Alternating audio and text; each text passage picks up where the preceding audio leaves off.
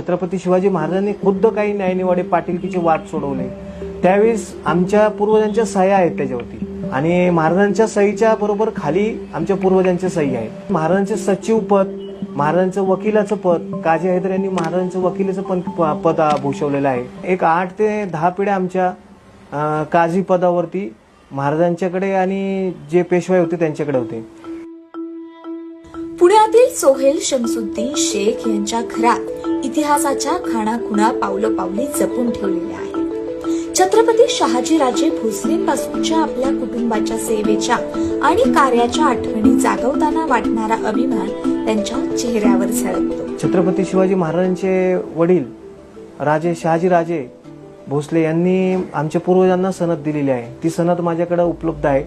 त्याच्यानंतर त्यांचे चिरंजीव काजी हैदर, काजी महमूद, त्यांचे तसेच जे नातू होते काजी इस्माईल, काजी इब्राहिम, काजी मुजीब, काजी हबीबुल्ला, हे बरेच लोक महाराजांच्या दरबारात होते। महाराजांच्या नंतर पेशवाईमध्ये होते। असे एक 8 ते 10 पिढ्या आमच्या काजी पदावरती महाराजांच्याकडे आणि जे पेशवाई होते त्यांच्याकडे होते।